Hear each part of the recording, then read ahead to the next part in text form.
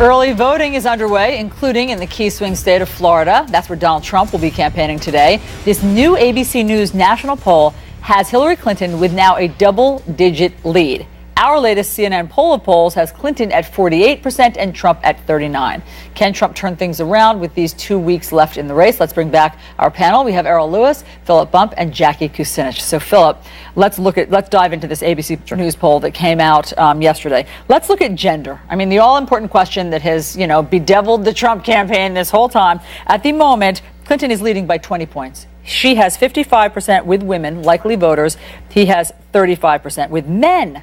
Hillary Clinton is also now leading in this ABC News poll, 44% to Trump's 41%. So was this all the Billy Bush tape? I mean, what happened to turn the tide here? Well, I think it's important to note this has been something of an outlier. This is, this may be ahead of a trend that we're seeing here. But no, it's not all the Billy Bush tape. One of the things that we've seen with Trump's campaign so far is he's got this floor of support that he hasn't gone above very often. When he has gone above, it's because Republican women and independent women have come on board, and then he loses them again. He lost them after the Democratic convention. He lost them actually starting at the first debate, which overlapped with the Billy Bush tape. So the question has always been if these women will ever come on board Team Trump. At this point, they're very much off board Team Trump, and it's hard to imagine what will happen over the next 15 days where they might come back. I guess when you look at the polls, more and more, the number that really has stuck out is his overall. Right. He hasn't been able to get over that 40%. There have been different moves in those, in those interior crosstabs, whether you talk about gender or different economic strata and stuff like that. But at the end of the day, this was he has to grow the base. He has to expand the tent. So is the explanation for the numbers being static to down is his lack of expansion, which you can attribute to a bunch of factors, whether it's the tape or 15 things just like that tape. I mean, that's been the issue, as Phil said, the whole time. But I will say this also, this is about the time Trump started getting to be Trump again, and it has failed. Every one of this, so he's down with people with the rigged election message. We have that. Let me just interrupt you for 1 second because this is interesting. The ABC asked, Trump saying the election might be rigged through voter fraud among likely voters. Do you find that legitimate? 39% say yes. 59% consider him to be making excuses. Yeah. But when you look at the Trump voters, when the poll dives down just to Trump voters, Trump voters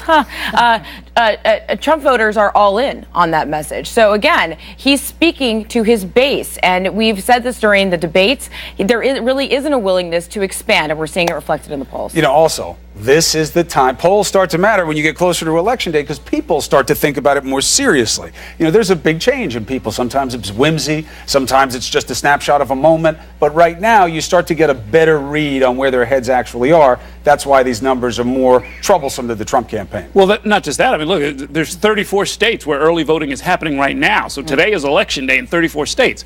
It starts to look more, in some ways, almost like an exit poll, right? I mean, if you're polling in a state where lots of people are going to the polls, you're capturing real behavior. Reporting it, as we're seeing today, is going to influence a lot of people who are going to the polls today. It really it's crunch time, and the Trump campaign and Trump himself, we've been saying this for about a year now. If he's going to build on his base, you've got to ask the question where. Geographically, where's it going to be? Demographically, where's it going to be? And you can fight against the establishment, but he fought against so much of all establishments, that he's shedding Muslim voters, he's shedding immigrant voters, he's insulting the black community, he's insulting women. At some point, you have to, you basically run out of runway, and I think that's where we are now. There's also now polling for the first time about how voters feel about his rigged election claims. So ABC News asked the question, Trump refusing to say whether he'd accept the outcome if he loses. Likely voters approve of that, 29%, disapprove, 65%. So it seems as though this is also hurting him. Yeah, I mean, it's a weird claim. It is an outlier claim in the history of American politics. This simply doesn't happen. There's nothing comparable to it, despite the arguments that he himself makes. And I think that when people assume that it is because he's making excuses, I think that's a fair assumption, right? We're 15 days away from Election Day. There's essentially nothing he can do at this point. He's had lots of opportunities to compel the American voters to come to his side. All of those opportunities have been wasted because he's focused on his base.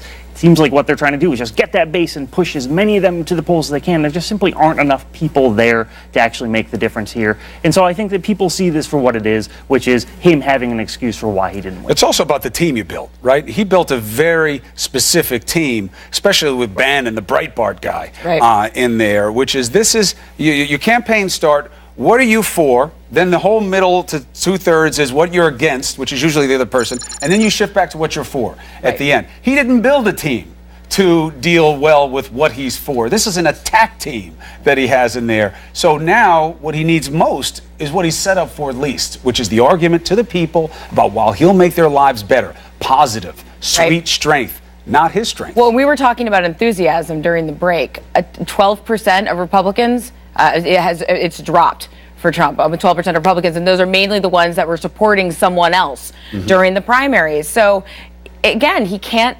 expand behind from his base. And if you don't like some 90s conspiracy theories, if you don't like, some of the scandals of the Clintons, I mean, some of these debates are basically a 90s fever dream. So if you don't like that message that they were pushing out during critical parts of the campaign, you're not feeling real good about this right now. One last thing, and I don't believe we have the graphic for it, and that is how white voters are feeling. And it's very instructive to look at this. Trump's lead among white voters is now just at 4 points. Romney won, I believe, by 20 points. Yeah, that's right. And this reflects women breaking against Donald Trump, white women in particular, college educated by a huge margin. So if he would find the discipline to stop talking about the sexual assault allegations, if he would stop insulting, Hillary Clinton in particular ways, it might have gone in a different direction. But let's say he stops that today.